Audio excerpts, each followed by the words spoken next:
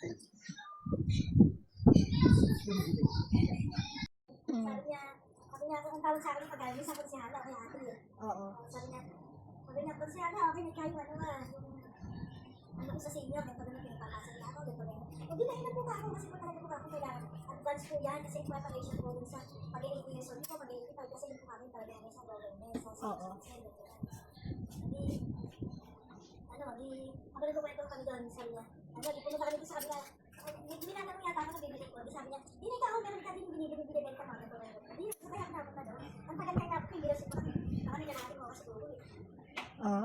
Kasi Sabi ko kati sa lakas ng kikan. Tapos ang una din, sa kanyang liptin, buti ko liptin ko isa pa. liptin pa. Magka 100 plus ba liptin? Ano ko 100 ba? 120. 120. Kaya pala ko nga doon, kasi may ano na lotion, may package na... Oo. Papatry-tryin ka niya eh. Subukan mo to, maganda to sa balat, hindi to malagkit, ganun. Saan ginagamit itong sabon yun yung hindi ko sa doon? Oo.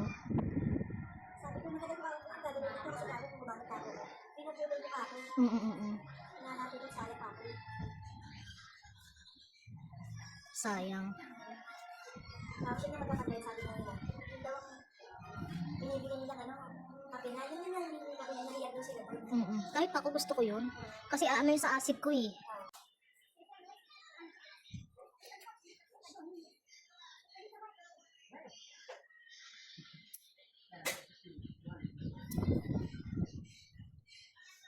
Ganun talaga yung buhay, no?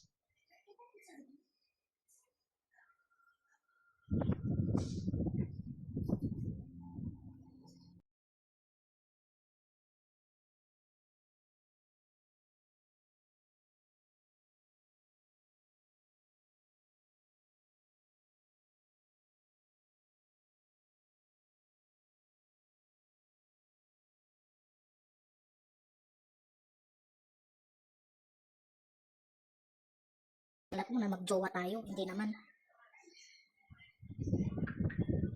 Kaya dun sa isa yun sa pinaka nagpa-stress sa kanya.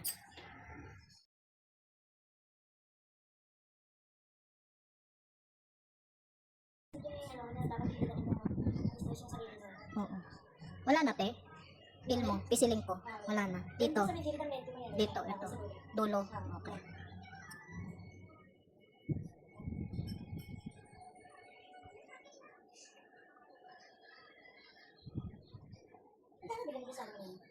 Ang live to maganda. 480. Sa Shopee? Opo, in-order ko. Tsaka matatag siya, matigas.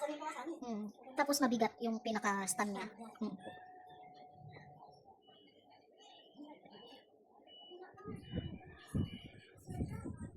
Yan. Nante. Meron pa. Bagya pang konti.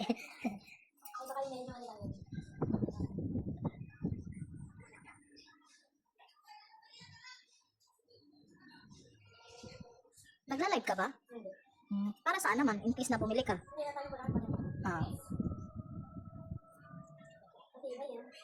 Medyo mabigat lang pero carry lang kasi ano.